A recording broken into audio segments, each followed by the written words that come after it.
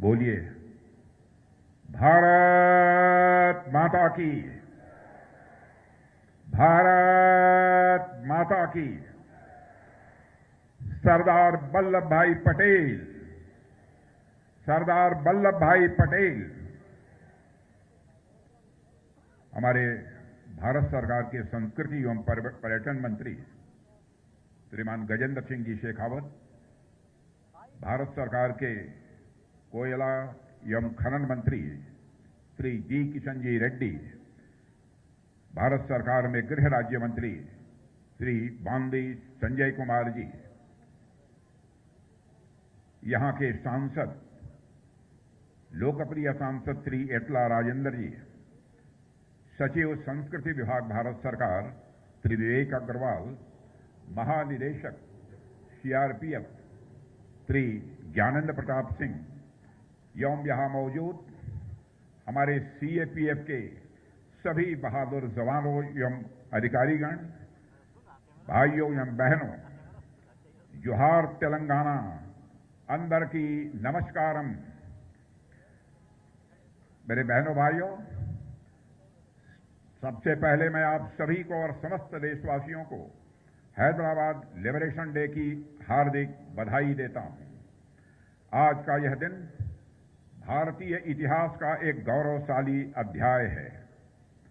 साथियों, आज के अवसर पर मैं भारत के पहले होम मिनिस्टर और देश के लौह पुरुष सरदार वल्लभ भाई पटेल की स्मृति को भी शीश झुकाकर नमन करता हूं, जिन्होंने भारत को एकता के सूत्र में बांधा एवं देश की अखंडता को सुनिश्चित किया है। साथ ही मेरे साथियों, विशेष रूप से सीएपीएफ सेना के जवान और इस भव्य और शानदार समारोह में जो उपस्थित हैं हमारे सीएपीएफ के जवान और हमारे पूर्व सेना के अधिकारी और सीएपीएफ के अधिकारी, सबको मैं हार्दिक बधाई देता हूं। आपने इस आयोजन को सफल बनाने में जो योगदान दिया है, जो आपने मेहनत की है, मैं तहे दिल उसकी भूरी भूरी प्रशंसा करता हूं। मेरे साथियों, आज ही के इस आयोजन में संस्कृत के रंगों से जुड़ने के लिए सारे कलाकारों को और उनकी पूरी टीम को तहे दिल में हार्दिक बधाई देता हूं। साथियों, और यह दिवस 17 सितंबर एक धूमधाम के साथ हैदराबाद मुक्ति दिवस के रूप में मनाने का निर्णय जो हमारे यशस्वी प्रधानमंत्री श्री नरेंद्र मोदी ने लिया है, उन नरेंद्र मोदी जी का भी मैं अभिनंदन करता हूं। और आप जानते हैं आज उनका जन्मदिन है, इसलिए मैं अपनी तरफ से, आप सभी की तरफ से उनको मैं हार्दिक बधाई देता हूं। साथियों, आज का यह दिन भारतीय इतिहास में एक बड़े ही महत्वपूर्ण माइलस्टोन यानी मील के पत्थर के रूप में जाना जाता है। हम जिस हैदराबाद लिबरेशन डे की स्मृति को ताजा करने के लिए आज यहां एकत्रित हुए हैं, वह हमारे इतिहास का एक बहुत ही निर्णायक और गौरवपूर्ण अध्याय है। साथियों, इसकी आज शायद कल्पना करना भी यह मुश्किल होगा कि भारत तो अगस्त 1947 में आजाद हो गया था, मगर भारत के नॉर्थ और साउथ को जोड़ने वाला एक बड़ा इलाका हैदराबाद यह भारत का हिस्सा नहीं था। यानी आजाद होने के बावजूद भारत एक न होकर कई टुकड़ों में बटा हुआ था। यह एक ऐसी स्थिति थी जिसमें भारत की एकता और अखंडता दोनों हमेशा खतरे में रहने वाली थी। ऐसे में भारत के आयरन मैन माने जाने वाले सरदार वल्लभ भाई पटेल ने जो किया, वह आज हमारे इतिहास में सुनहरे अक्षरों में दर्ज है।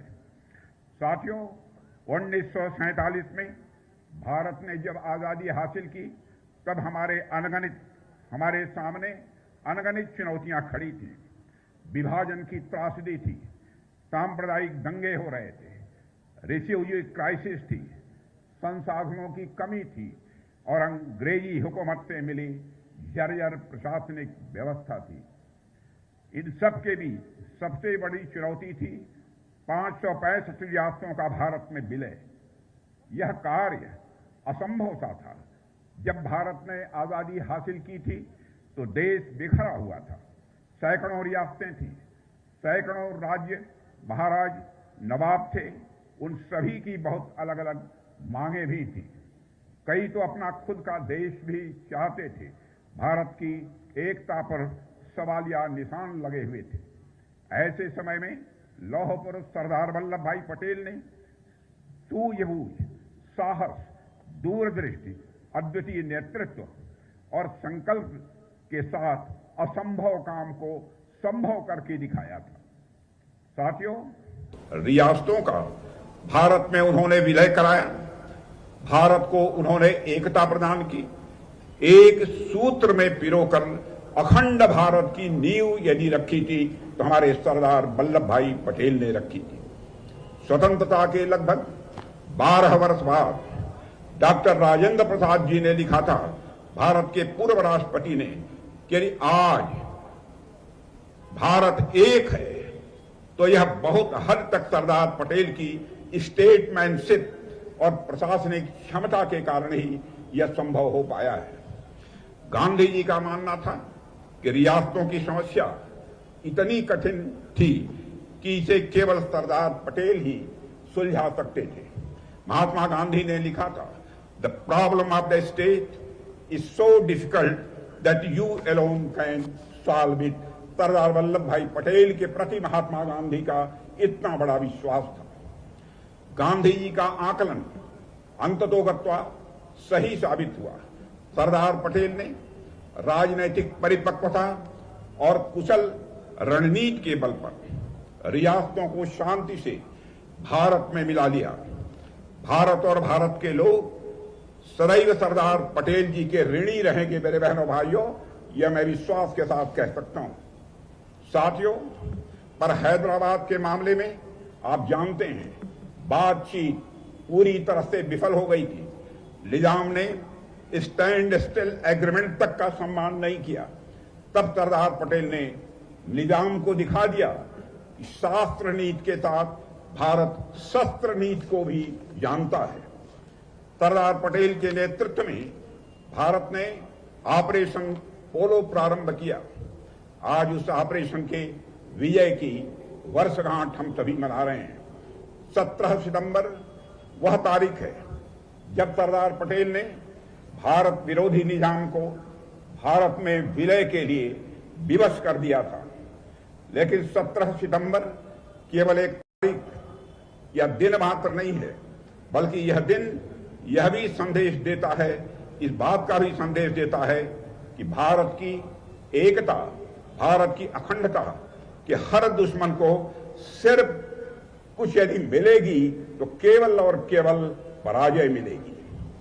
मैं हैदराबाद मुक्ति दिवस के अवसर पर ऑपरेशन पोलो में भाग लेने वाले सभी नायकों के साहस को याद करता हूं और साथ ही उनको मैं शत शत नमन करता हूं।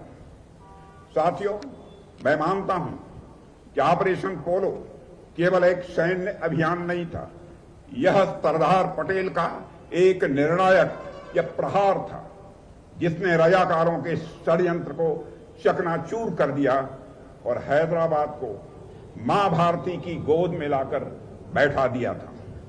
बेहद अफसोस की बात है कि आजादी के बाद 7 दशकों तक इस ऐतिहासिक घटना को याद करने और उसे उचित सम्मान देने का काम जो सरकारों के द्वारा किया जाना चाहिए था वह नहीं किया गया। मैं पूछता हूं कि किसी ने युवा पीढ़ी को उस दिन के महत्व से जोड़ने का प्रयास क्यों नहीं किया?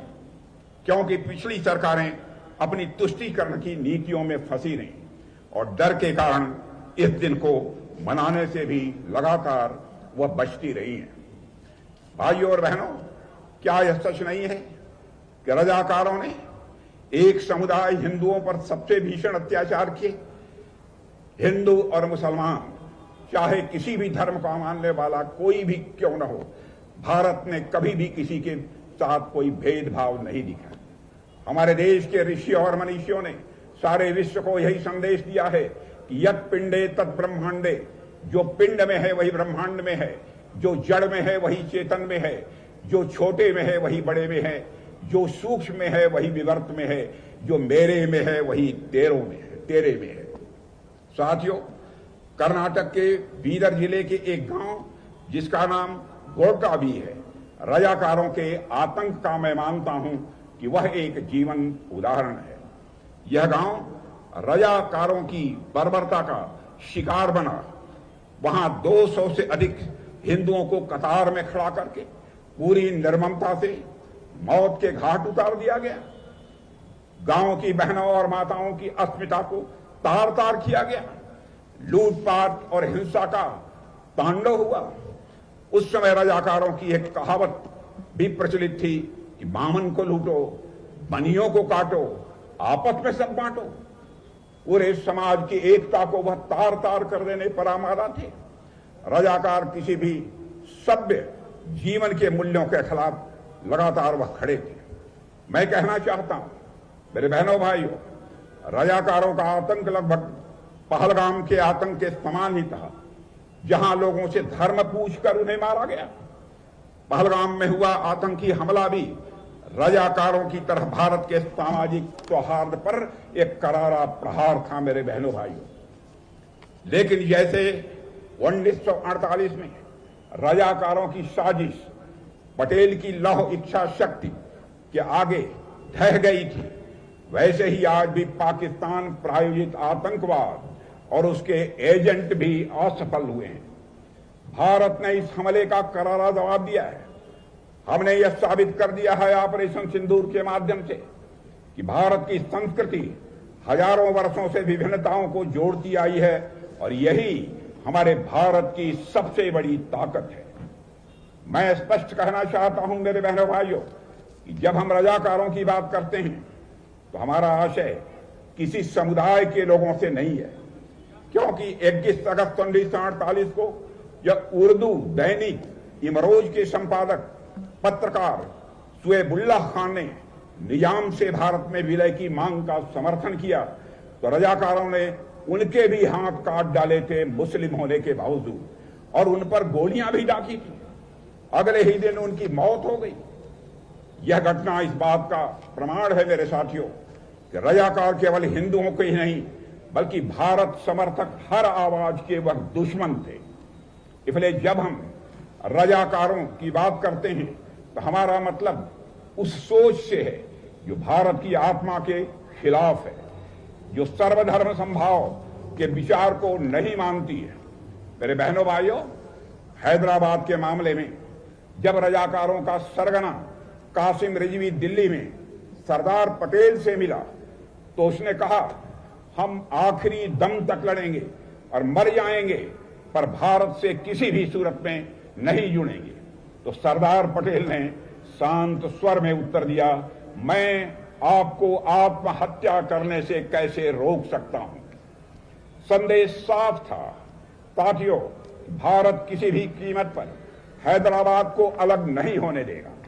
और जब कासिम रिजवी ने यह तक कह दिया था कि अगर भारत हैदराबाद में आया तो 1.5 करोड़ हिंदुओं की केवल हड्डियां और राख मिलेगी, तब सरदार पटेल ने दो टूक कहा, यदि यही निजाम और उसके सलाहकारों की मानसिकता है तो समझ लीजिए कि उनका भविष्य और उनकी रियासत दोनों विनाश के कगार पर है। यह दृढ़ इच्छा शक्ति सरदार वल्लभ भाई पटेल की थी।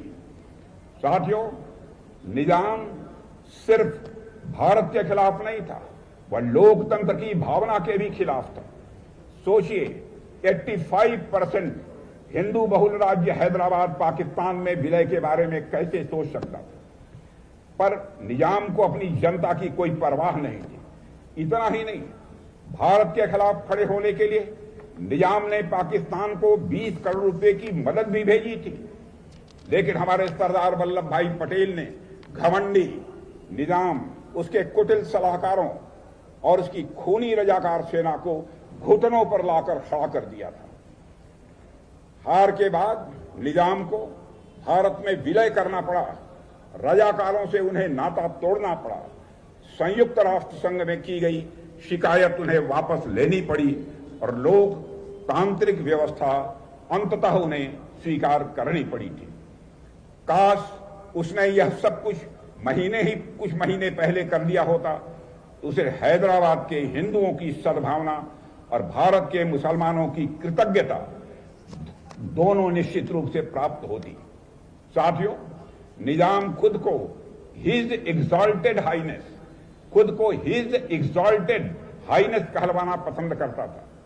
जब ऑपरेशन पोलो के बाद पटेल पहली बार हैदराबाद पहुंचे तो मुस्कुराकर अपने सहयोगी से उन्होंने कहा था, so his exhausted highness is here, so his exhausted highness is here, यानी जो अपने को महान मानता था, सरदार पटेल की निर्णायक कार्रवाई के बाद थक कर, टूट कर और हार मानकर खड़ा था सामने। उस दौर की एक तस्वीर आज भी इतिहास के पन्नों में दर्ज है। हैदराबाद एयरपोर्ट पर हाथ जोड़कर सरदार वल्लभ भाई पटेल का स्वागत करता हुआ निजाम और निजाम फोल्डेड हैंड के साथ पटेल का स्वागत करने आया तो सरदार ने भारतीय परंपरा के अनुरूप उसे नमस्ते कहकर उसका जवाब दिया था। साथियों, यही था पटेल का व्यक्तित्व, लोहे जैसी दृढ़ता और जीत के बाद भी उदारता। यह उनके व्यक्तित्व की एक बहुत बड़ी विशेषता थी। भाइयों और बहनों, सरदार पटेल की दूरदृष्टि और उनकी कार्यशैली का प्रभाव इतना गहरा था कि निजाम के संवैधानिक सलाहकार सर वाल्टर मानक्टन तथा उनकी प्रशंसा किए बिना नहीं रह सके थे। साथियों, दुनिया ने देखा कि सरदार पटेल ने आखिरी पल तक शांति का रास्ता खोजने की भरपूर कोशिश की थी। कार्रवाई करने पर मजबूर भी हुए थे तो इस तरह के सांप्रदायिक दंगे न हों और अमन चैन कायम रहे, यही था उनके नेतृत्व का जादू, जिसमें शांति की चाह थी और भारत की एकता का दृढ़ संकल्प भी था। इसलिए सरदार पटेल लौह पुरुष ही नहीं बल्कि शांति और अखंडता के सबसे सशक्त प्रतीक भी रहे। मेरे साथियों, आज भी देश में रजाकारों को के हमदर्द मौजूद हैं और मैं साफ कहना चाहता हूं, यही हमारी सबसे बड़े दुश्मन हैं। पर हम दृढ़ संकल्पित हैं कि इस सोच, इस विचारधारा और इस मानसिकता को भारत से पूरी तरह से समाप्त करके ही हम दम लेंगे। भारत की अखंडता और एकता से बड़ा कोई दूसरा मूल्य नहीं है। जो लोग धर्म, क्षेत्र, जाति और भाषा के नाम पर भारत को बांटना चाहते हैं, उन्हें मैं याद दिलाना चाहता हूं, जब ऑपरेशन पोलो हुआ था तब हमारे वीर सैनिकों ने बिना किसी जाति, धर्म या मजहब की परवाह किए भारत की अखंडता की उन्होंने रक्षा की। हवलदार बचित्तर सिंह पंजाब के वीर सपूत थे, जिन्होंने भारत की एकता के लिए अपने प्राणों की आहुति दी। वह पहले भारतीय थे जिन्हें अशोक चक्र से सम्मानित किया गया था।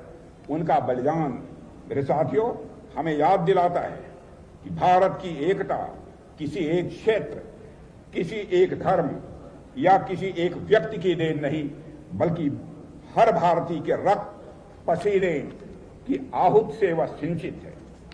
मेरे साथियों, निजाम दुनिया के सबसे धनी व्यक्तियों में से एक था। उसे भ्रम हो गया था कि अपने धन के बल पर वो भारत को झुका देगा, लेकिन इतिहास गवाह है, धन और घमंड की ताकत कभी भी राष्ट्र की एकता और संकल्प से बड़ी नहीं होती है। अंततः उसका हश्र सबके सामने है। साथियों, आज भी दुनिया के सबसे धनी और सबसे शक्तिशाली लोगों को यह समझ लेना चाहिए कि भारत ने कभी किसी शक्ति के सामने सिर नहीं झुकाया है और न भविष्य में कभी सिर झुकाएगा।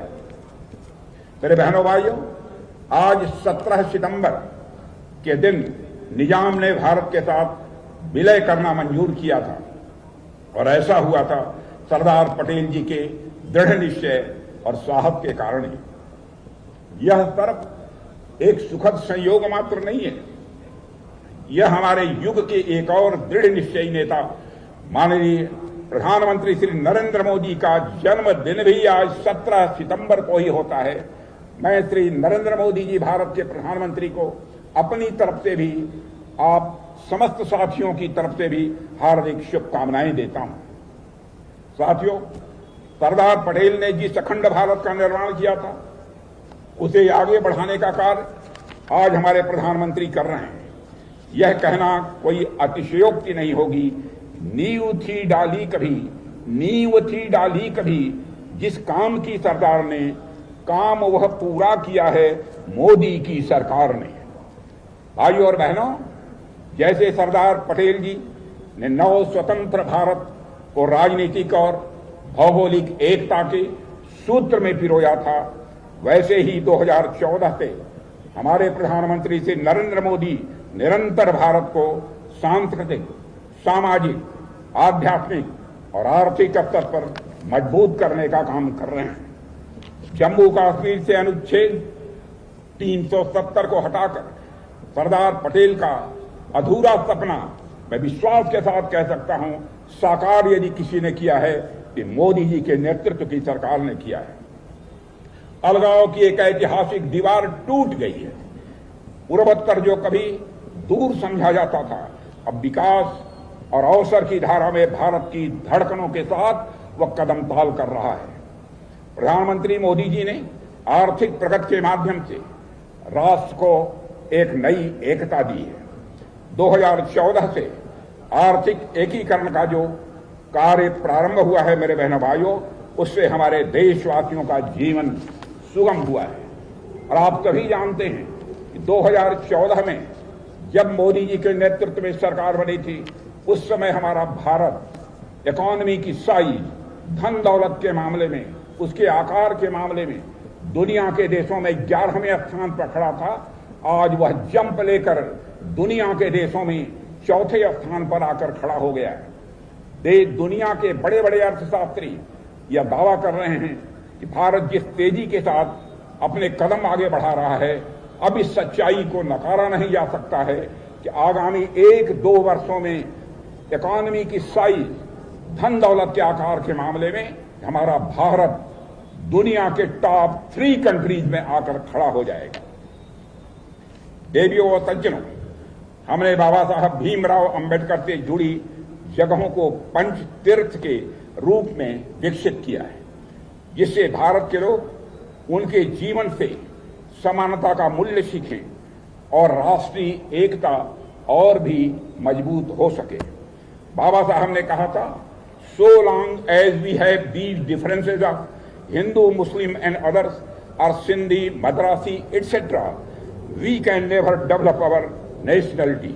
यानी जब तक हमारे बीच भेदभाव रहेंगे, हम कभी भी अपनी राष्ट्रीयता का विकास नहीं कर सकते। बाबा साहब ने ही पंडित जवाहरलाल नेहरू को यह सलाह दी थी कि ऑपरेशन पोलो को पुलिस कार्रवाई कहा जाए, न कि सेना का हस्तक्षेप, क्योंकि हैदराबाद का विलय भारत का यह एक आंतरिक मामला था।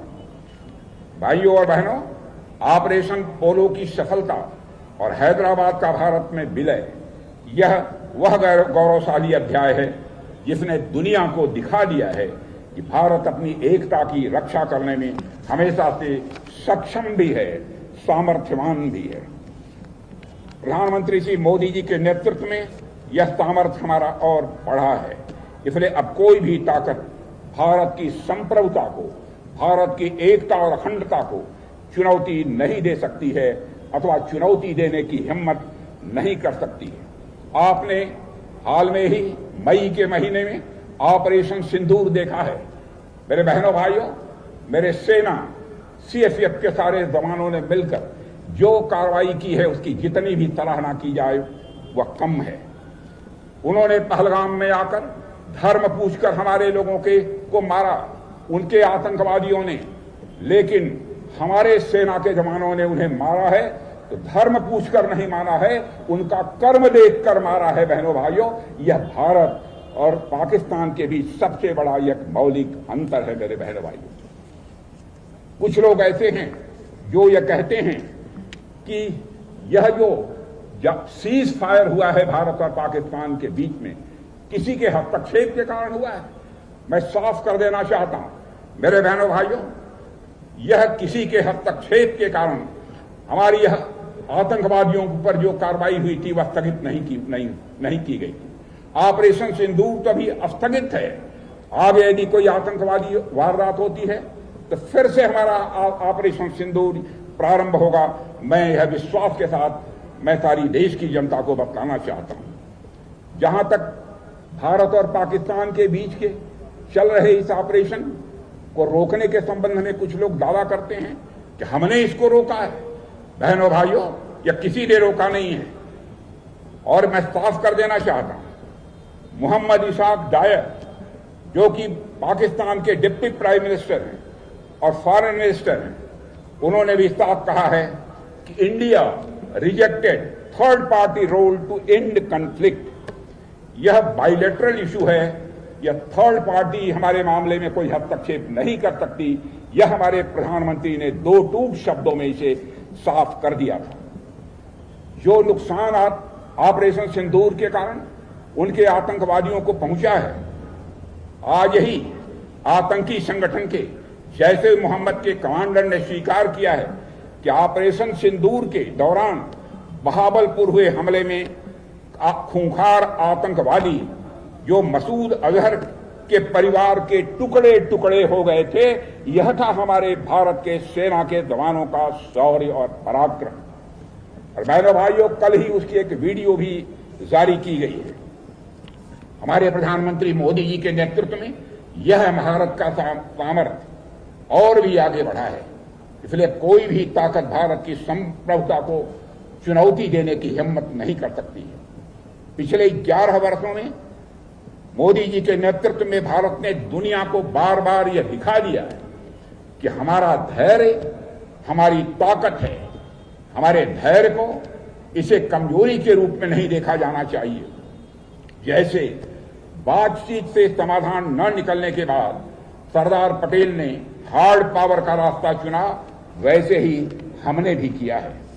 2016 की सर्जिकल स्ट्राइक हो, 2019 का बालाकोट एयर स्ट्राइक हो या 2025 का ऑपरेशन सिंदूर, मेरे साथियों, भारत ने यह साबित कर दिया है कि जो लोग बातचीत, शांति और सद्भावना की भाषा नहीं समझते हैं, उन्हें हम उसी भाषा में जवाब देना जानते हैं जिसे वह समझते हैं। आज का भारत केवल बातचीत के टेबल पर नहीं, बल्कि दुश्मन की आंखों में आंख डालकर जवाब देने में पूरी तरह से सक्षम है। यही है नया भारत। धैर्यवान भी है भारत, नया भारत, बलवान भी है नया भारत, और सामर्थ्यवान भी है हमारा यह नया भारत। साथियों, सरदार पटेल हमेशा कहते थे, रियासतों का मुद्दा भारत का यह आंतरिक मामला है। इसमें किसी भी बाहरी तत्व की दखलंदाजी किसी भी सूरत में बर्दाश्त नहीं की जाएगी। उस समय भारत को नई आबादी हासिल हुई थी, देश बंटवारे के दर्द से उस समय जूझ रहा था, संसाधन कम थे, तब भी भारत ने किसी विदेशी ताकत को अपने मामलों में हस्तक्षेप नहीं करने दिया था। साथियों, तो आज का भारत तो बिल्कुल बदल चुका है। आज भारत दुनिया की तीसरे सबसे बड़ी अवस्था बनने के रास्ते पर है। तो फिर कोई भी देश यह कैसे सोच सकता है कि भारत के साथ वह टर्म्स डिक्टेटर बन सकता है? ऑपरेशन सिंदूर इसका सबसे बड़ा सबूत है। हमारी सशक्त सेनाओं ने ऑपरेशन सिंदूर से दुश्मन को घुटने टेकने पर मजबूर कर दिया, और इसे तब स्थगित किया गया जब पाकिस्तान ने सीज फायर की बार बार मांग की, तब जाकर ऑपरेशन सिंदूर को स्थगित किया गया। और मैं स्पष्ट कर दूं, अभी यह ऑपरेशन स्थगित है, अभी समाप्त नहीं हुआ है। यह पॉज है, द एंड नहीं है। देवी और सज्जनों, याद रखिए, आज का भारत किसी से डिक्टेशन नहीं लेता है। भारत अपनी स्क्रिप्ट वह खुद लिखता है, और आज भारत है एक ऐसे वर्ल्ड ऑर्डर की स्क्रिप्ट लिखने के लिए तैयार है जिसमें पूरी दुनिया हर्ष और स्वेच्छा से फॉलो करेगी, ऐसा मेरा पक्का विश्वास है। साथियों, अंत में मैं रजाकारों और निजाम की बर्बरता से पीड़ित परिवारों के प्रति गहरी संवेदना व्यक्त करता हूं और ऑपरेशन पोलो में शहीद हुए भारत के जवानों को और जो भी शहीद हुए हैं उनको श्रद्धांजलि अर्पित करता हूं और हैदराबाद मुक्ति दिवस की आप सभी को हार्दिक बधाई देता हूं। इन्हीं शब्दों के साथ आप सबको पुनः धन्यवाद देते और अपने सीएपीएफ के जवानों को मैं विशेष रूप से धन्यवाद देना चाहता हूं कि आज जिस तरीके का उनका प्रदर्शन रहा है उसकी जितनी भी सराहना की जाए वह कम है। फिर से मैं सारे अपने सीएपीएफ के जवानों को अपनी हार्दिक शुभकामनाएं देते हुए, अपनी हार्दिक बधाई देते हुए निवेदन समाप्त करता हूं। आप सबको बहुत बहुत धन्यवाद। एक बार ऊंचे स्वर से मेरे बहनों भाइयों बोलिए, भारत माता की, भारत माता की, भारत माता की। सरदार वल्लभ भाई पटेल अमर रहे। सरदार वल्लभ भाई पटेल, सरदार वल्लभ भाई पटेल। बहुत बहुत धन्यवाद।